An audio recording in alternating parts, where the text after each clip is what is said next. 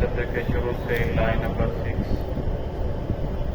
سورۃ اعراف کی آیت نمبر 143 سے۔ اعوذ باللہ من الشیطان الرجیم، بسم اللہ الرحمن الرحیم۔ قال یا موسیٰ انی اصطفیتک علی الناس برسالتی وبکلامی فخذ ما آتیتک وکن من الشاکرین وكتبنا له في الألواح من كل شيء موعظة وتفصيلا لكل شيء وخذها بقوة وأمر قومك يأخذوا بأحسنها سأريكم دار الفاسقين۔ بسم اللہ الرحمن الرحیم۔ قال یا موسیٰ انی اصطفیتک علی الناس برسالتی وبکلامی فخذ ما آتیتک وکن من الشاکرین وكتبنا له في الألواح من كل شيء موعظة وتفصيلا لكل شيء فخذها بقوة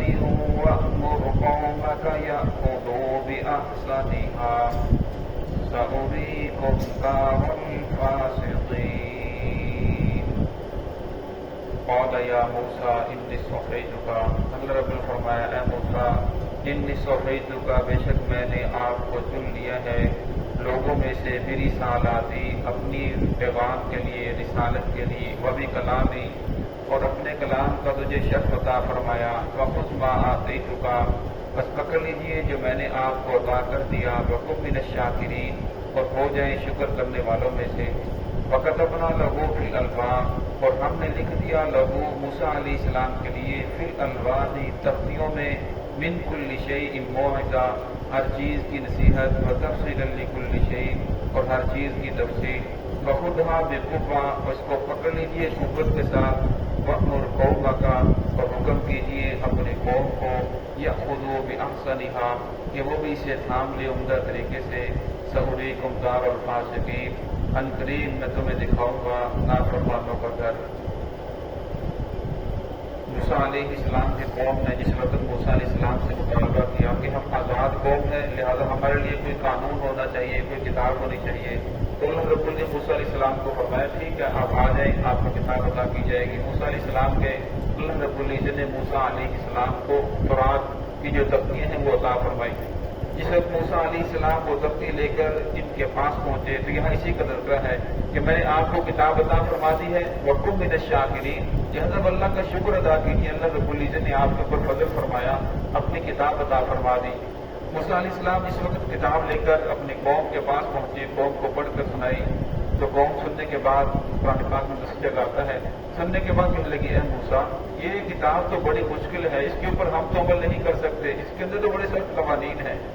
موسیٰ علیہ السلام نے سمجھایا ایسا نہ کرو، تم نے آزادانہ زندگی گزاری ہے، نہ نماز نہ روزہ نہ کبھی کوئی کام عمل کے اوپر عمل کیا ہی نہیں، لہٰذا اس لیے تمہیں یہ احکام مشکل لگ رہے ہیں۔ اللہ رب العزت کے احکام مشکل نہیں ہے، جب تم اس کے اوپر عمل کرو گے تو لہٰذا تمہارے لیے عمل کرنا آسان ہو جائے گا۔ ایک آدمی مسجد میں کبھی آیا نہیں تو اس کے لیے نماز پڑھنا خود سے پہاڑ محسوس ہوتا ہے، ایک آدمی نے کبھی روزہ رکھا نہیں اس کے لیے رمضان کے روزے قیامت محسوس ہوتے ہیں، ورنہ جو لوگ نماز کے عادی ہیں انہیں بالکل محسوس نہیں ہوتا، بلکہ جس دن وہ نماز نہ پڑھے طبیعت کے اوپر بوجھ رہتا ہے، اور جب نماز پڑھ لیں طبیعت حشاش بشاش ہو جاتی ہے تو اس کے لیے روزے رکھنا پتہ ہی نہیں چلتا، وہ کہتے ہیں اتنی جلدی سے روزے گزر گئے۔ تو موسیٰ علیہ السلام نے سمجھایا کہ ایسی بات نہیں ہے، یہ احکام اتنے سخت نہیں، بلکہ تم نے عمل نہیں کیا، جب دن عمل کرو گے تو تمہیں آسان لگنے لگ جائیں گے۔ لیکن جب وہ قوم نہ مانی تو موسیٰ علیہ السلام سے بار بار انہیں عرض کی کہ نہیں، بلکہ اللہ سے کہیں ہمیں کوئی آسان کتاب دے جس کے اوپر ہم عمل کر سکیں، جس کے اوپر ہم سے عمل نہیں ہوتا۔ موسیٰ علیہ السلام نے فرمایا وَاخْتَارَ مُوسَىٰ قَوْمَهُ 70۔ موسیٰ علیہ السلام نے 70 آدمیوں کو ان میں سے منتخب فرمایا جو ان کے نمائندے تھے کہ میں انہیں ساتھ لے کر جاؤں گا اور یہ اللہ کا کلام سنیں گے اور آ کر تمہیں بتائیں گے، تمہیں پتہ چل جائے گا۔ موسیٰ علیہ السلام نے اپنے 70 آدمیوں کو ساتھ لے کر طور کے پاس وادی مقدس میں پہنچے اور اللہ رب العزت نے کلام فرمایا میں اللہ ہوں، میں علیم خبیر ہوں، میں جانتا ہوں یہ کام تمہارے لیے مشکل نہیں ہے، اگر بشری تقاضا تم سے غلطی ہو گئی تو میں غفور الرحیم ہوں، بخشنے والا ہوں، معاف کرنے والا ہوں۔ ان لوگوں نے یہ اللہ رب العزت کا کلام اس وقت سنا 70 لوگوں نے تو کہنے لگے لن نؤمن لک حتی نری اللہ،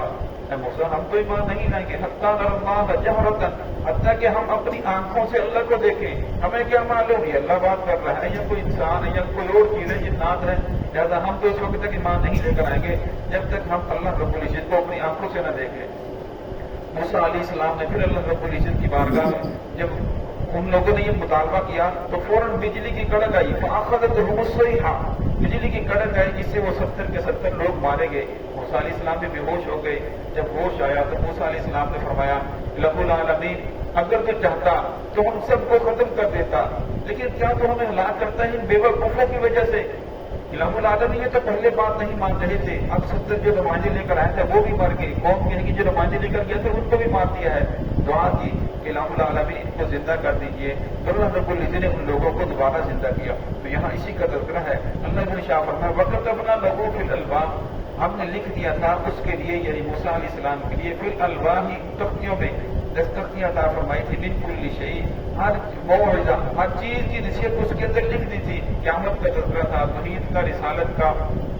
وَتَفْصِيلًا لِكُلِّ شَيْءٍ، اور ہر چیز کی تفصیل تھی۔ اس زمانے میں جن چیزوں کی ضرورت تھی ان چیزوں کی تفصیل اللہ رب العزت نے تورات کے اندر لکھ دی تھی۔ اس سے مراد یہ نہیں کہ پوری دنیا کی قیامت تک کے لیے تفصیل لکھی، بلکہ ایسی بات نہیں، بلکہ اس زمانے جن چیزوں کی ضرورت تھی وہ اس کے اندر لکھ دی تھی۔ حالانکہ موسیٰ علیہ السلام کی قوم کے اوپر 2 نمازیں تھیں، ہمارے اوپر 5 نمازیں ہیں۔ موسیٰ علیہ السلام کی قوم میں اگر کپڑا ناپاک ہو جاتا تو اسے کاٹنا پڑتا تھا، دھونے سے وہ پاک صاف نہیں ہوتا تھا، نماز کے لیے مسجد ہی جانا پڑتا تھا، جو جگہ متوقع تھی وہیں جا کر نماز پڑھ سکتے تھے، وضو کے لیے تیمم نہیں کر سکتے تھے بلکہ پانی کا ہونا ضروری تھا۔ اور اسی طرح جو صدقہ خیرات ہے وہ آ کر کھائے گی، کسی کو دے نہیں سکتے تھے، کسی غریب کو نہیں دے سکتے تھے۔ یہ اللہ رب العزت نے امت مسلمان کے اوپر آسانیاں فرمائی ہیں۔ تو فرمایا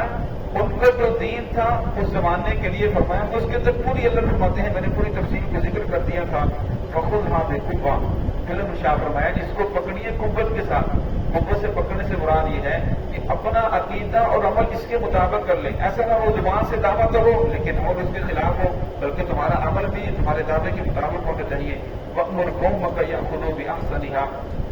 اور انہیں اپنی قوم کو بھی اس کا حکم دیجیے کہ وہ اس کو عمدہ طریقے سے تھام لے۔ اب فرمایا یہ ہر جو انسان صاحب اقتدار ہے اس کے ذمہ یہ لازم ہے جہاں تک اس کی بات پہنچ سکتی ہے، جہاں تک لوگ اس کی بات مانتے ہیں، ورنہ انہیں دین کی طرف لے کر آنا، انہیں کتاب کا حکم بات سکھانا اور کتاب کے اوپر عمل کرنے کے لیے آمادہ کرنا، فرمایا یہ اس کی ذمہ داری ہے۔ ایک آدمی ہے اس کی کوئی بات مانتا ہی نہیں ہے، ورنہ اسے اپنی ذات کے اوپر تو اختیار ہے، وہ اپنے آپ کو محمد الرسول اللہ صلی اللہ علیہ وسلم کی سیرت سے جوڑنے کی کوشش کرے، اپنے آپ کو جب آقا صلی اللہ علیہ وسلم کی سیرت کے ساتھ جوڑے گا فرمایا حالات درست ہوتے چلے جائیں گے۔ اور فرمایا موسیٰ علیہ السلام کی جو شریعت تھی ایک زمانے کے لیے، جتنے بھی انبیاء آئے ہر ایک کی جو نبوت تھی ایک زمانے کے لیے، جو کتاب تھی ایک زمانے کے لیے، لیکن اللہ رب العزت نے محمد الرسول اللہ صلی اللہ علیہ وسلم کو قیامت تک کے لیے نبی بنا کر بھیجا ہے۔ آپ کی جو کتاب ہے قرآن پاک قیامت تک کے لیے، آپ کی نبوت رسالت قیامت تک کے لیے،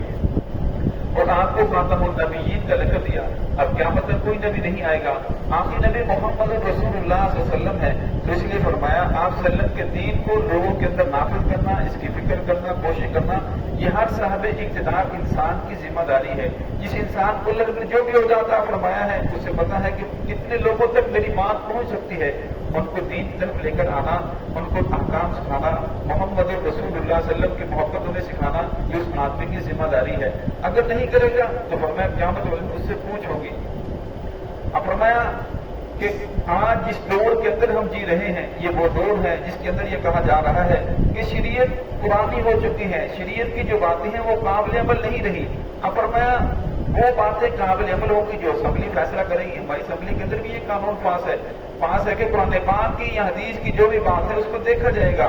اگر اسمبلی میں بیٹھنے والے لوگ اس کو کہیں گے کہ یہ بات ٹھیک ہے تو اس کے اوپر عمل کیا جائے گا، اور وہ کہیں گے نہیں یہ عمل قابل عمل نہیں ہے تو اس کے اوپر عمل نہیں کیا جائے گا۔ تو اس اسمبلی کے اندر بیٹھنے والے وہ لوگ ہیں جو لوگوں کا ملک کا قرضہ کھا کر، لوگوں کا مال ہڑپ کر کے، اور فرمایا جعلی ڈگریاں لے کر وہاں سب لوگ جمع ہوئے، انہیں دین کی بالکل فکر نہیں ہے، دین کی طرف انہیں خود آنے کی فکر نہیں ہے، دوسروں کو لانے کی وہ کیا فکر کریں گے۔ اسی کا طرف فرمایا سعودی کو دار الفاسقین، ان قریب میں تمہیں دکھاؤں گا نافرمانوں کا در۔ حدیث پاک آتا ہے، بخاری مسلم کی روایت ہے، جب لوگ مردے کو قبر میں دفن کر کے واپس لوٹتے ہیں، فرمایا اور ابھی جا رہے ہوتے ہیں تو فرمایا مردے کو ان کے قدموں کی آہٹ سنائی دیتی ہے، تو قبر کے اندر جو عام آدمی ہے اس کے لیے منکر نکیر آتے ہیں، اور جو نیک آدمی ہوتے ہیں اس کے لیے مبشر بشیر خوشخبری دینے والے آتے ہیں۔ پھر اس سے سوال کرتے ہیں من ربو کا، تیرا رب کون ہے؟ وہ جواب دیتا ہے کہ میرا رب اللہ ہے۔ من نبیوں کا، تیرا نبی کون ہے؟ وہ جواب دیتا ہے محمد رسول اللہ۔ ماں دینوں کا، تیرا دین کیا ہے؟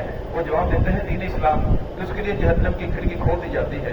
تو بندہ بڑا پریشان ہوتے ہیں کہ جواب تو میں نے بالکل صحیح دیے تو میرے لیے جہنم کی کھڑکی کھول دی۔ پھر سے کہا جاتا ہے